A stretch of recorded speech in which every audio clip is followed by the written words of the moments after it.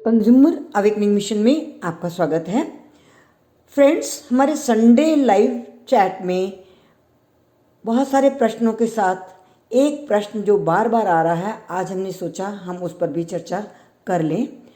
बहुत सारे कंज्यूमर्स को ये शिकायत होने लगी है कि हम वकील से जब बात करते हैं या अपना केस देते हैं तो वो उतना उन पर ट्रस्ट नहीं कर पा रहे। क्या करें? वो वकील करते समय किन बातों का ध्यान रखें? देखिए, एक बात तो ये तय है कि कभी भी जब आप वकील को केस देते हैं तो आप किसी वकील का बोर्ड देकर तो उसके चैम्बर में नहीं घुसते। डेफिनेटली आप इधर उधर से पूछकर और किसी का रेफरेंस लेकर ही जाते हैं। मैं आपको एक बात बता दूं, वकील भी बिना रेफरेंस के केस नहीं लेते या किसी भी क्लाइंट को अपने चैम्बर में नहीं आने देते।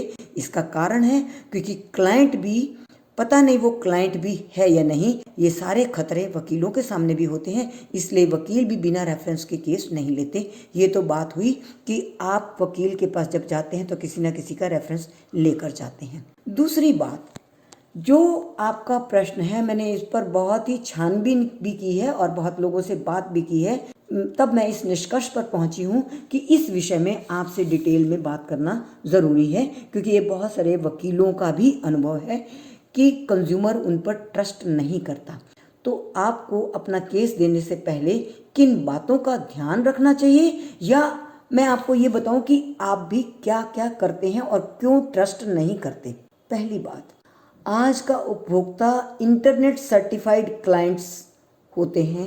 वो बहुत सारी चीज़ें इंटरनेट से पहले पढ़ के जाते हैं और पढ़कर अपनी जानकारी वहाँ उड़ेलते हैं वकीलों के सामने। अपने को पूरा जानकार सिद्ध करने की पूरी कोशिश करते हैं। जो सबसे पहला पॉइंट होता है कि आपके रिलेशनशिप में ट्रस्ट और कॉन्फिडेंस नहीं आ पाता, क्योंकि पहले ही जब आप बताएंगे कि इसमें ये होता है, इसमें ये होता है, तो वकील को तो बोलने का कोई मौका मिलता ही नहीं। और वकील जो गहराई से जानता है चीज़ को, वो आपको कुछ भी समझा नहीं सकता, क्योंकि आधी अधूरी जानकारी के साथ आप बोल रहे होते हो। इंटरनेट पे बहुत सारी जानकारी ऑथेंटिक नहीं होती। कुछ लोग अपनी जानकारी, अपने व्यूज़ दे देते हैं, वो एस्टैब्लिश्ड नॉर्म्स नहीं होते, किंतु आप उन्हीं को लेकर पहले तो वकील के साथ बहस करते हैं या अपनी जानकारी उड़ेलते हैं। इससे आप अपना ब्रीफ अच्छी तरह से नहीं दे पाते। दूसरा, आप जो क्वेश्चन पूछते हैं वो क्लैरिटी की वजह से नहीं पूछते कि हमें इसके बारे में क्लैरिटी हो। आप क्लैरिटी के बजाय एडवोकेट की कैपेबिलिटी को टेस्ट करने के लिए पूछते हैं। आप थोड़ी देर में एडवोकेट की कैपेबिलिटी को कैसे टेस्ट करेंगे, ये हमारी समझ से बाहर है, क्योंकि एडवोकेट कैपेबल है या नहीं, जैसे मैंने आपको कहा, ये तो आप किसी का रेफरेंस लेकर ही जाएंगे। जब जाएंगे तो आप कुछ लोगों से जानकारी हासिल कर लीजिए कि वो एडवोकेट कितना एक्सपीरियंस्ड है और वो कितना उस पर विश्वास कर सकते हैं। तो उसकी कैपेबिलिटी पर जब आप क्वेश्चन करने लगते हैं तो एडवोकेट भी बिदक जाएगा, वो आपकी बात नहीं सुनेगा। पर वो ये जानते होते हैं कि 10 क्लाइंट उनके पास जो आ रहे हैं उसमें से 1-2 क्लाइंट ही वापस आएंगे। कुछ लोग सिर्फ बातें करने के लिए आते, तो वो भी आपको उसी तरह से एंटरटेन करेंगे। कुछ क्लाइंट्स जाते ही कुछ जजमेंट्स पकड़ा देंगे, इररिलेवेंट जजमेंट्स होंगी। वो सारी जजमेंट पकड़ा के कहेंगे ये इस केस में, हमारे केस में ये जजमेंट्स हैं, आप इनको एप्लीकेबल करिएगा और इनके आधार पर प्लेंट बनाइएगा। देखिए, मैं आपको एक उदाहरण बताती हूँ। मान लीजिए आपका मेडिकल नेग्लिजेंस का केस है। मेडिकल नेग्लिजेंस के केस में हर लैंडमार्क जजमेंट में डिफरेंट इशू पे बात की जाती है और आपके जो फैक्ट्स हैं उस पर एप्लीकेबल कौन सी जजमेंट होगी वो एडवोकेट जानेगा। किंतु आप कहोगे कि ये जजमेंट सारी इसमें लगा दीजिएगा, इस जजमेंट को भी लगाइए, इस जजमेंट को लगाइए। अब आपका केस है कि आपके केस में होम्योपैथिक डॉक्टर ने एलोपैथिक दवाई दे दी है। इसके लिए एक पर्टिकुलर अलग केस है जिसमें ये बात डिसाइड हुई थी। आप कह रहे हैं वी शांता का केस लगा दीजिए जो बिल्कुल ही डिफरेंट लाइंस पे है, आप कह देंगे कि फला वाला केस लगा दीजिए जिसमें इस बात पे चर्चा ही नहीं हुई। तो ये एडवोकेट जानेगा, पर जब एडवोकेट आपसे ये सुनेगा कि इस तरह से बना लीजिए, हो सकता है वो आपके केस को ना ले या आपकी बात को ठीक तरह से जवाब ना दे, और यदि ले ले तो वो कोई रिस्क ही नहीं ले, जो आप कहते चले जाते वैसे ही करेगा, और फिर आप कहोगे कि एडवोकेट ने ठीक से काम नहीं किया।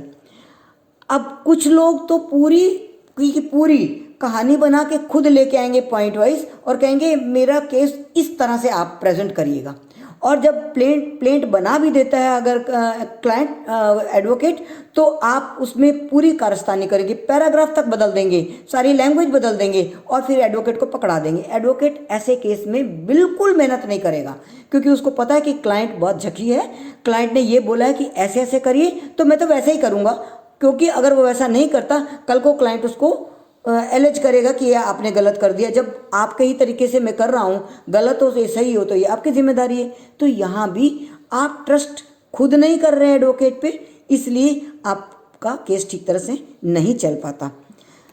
फिर नेट पे एक और प्रॉब्लम है कि सारे केसेस की कंपैरिजन करते हैं कि ये वाला केस तो फला डेट को फाइल हुआ था और उसका तो स्टेटस ये है, वो तो बहुत आगे बढ़ गया, मेरा केस अभी बढ़ा ही नहीं है। अब वो सिचुएशन सर्कमस्टांसेस आपके केस के टाइम पर कोर्ट में क्या थी ये एडवोकेट आपको समझा नहीं पाएंगे।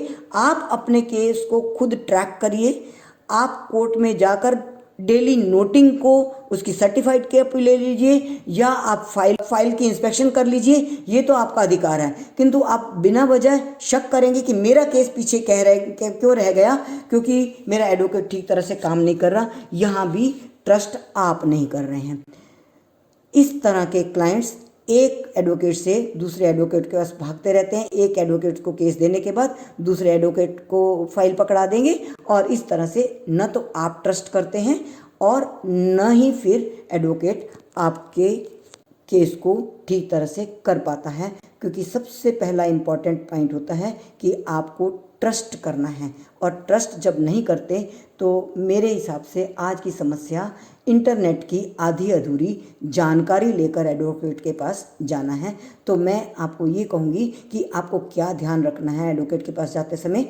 हर एडवोकेट चाहता है उसका केस सक्सेसफुल हो, उसके भी क्रेडिट में जाता है यदि आपका केस वो जीत कर देता है, उसकी भी रेपुटेशन बनती है, अगर आपका केस जीत लिया तो दूसरा क्लाइंट भी उसके पास आएगा। इसलिए बिना वजह आप शक मत कीजिए और ये मत सोचिए कि एडवोकेट आपका केस ठीक तरह से नहीं चला रहा। मैं किसी एडवोकेट की पैरवी नहीं कर रही हूँ, किंतु मैं आपको ये बता रही हूँ कि कुछ गलतियाँ क्लाइंट्स भी करते हैं, कंज्यूमर्स भी करते हैं। तो आपको अगर कुछ भी जानकारी लेनी है तो दूसरे सोर्सेज से लीजिए, एडवोकेट के साथ भी आप उनको प्रोफेशनल मानिए, पूरे इज्जत के साथ, सम्मान के साथ, और उनकी कैपेबिलिटी और इंटेग्रिटी पे बिना शक किए और पूरी सरेंडर के साथ अपना ब्रीफ दीजिए, आप ज़रूर सफल होंगे। Thank you very much friends, हम फिर मिलेंगे इसी तरह के नए इशू के साथ। Thank you.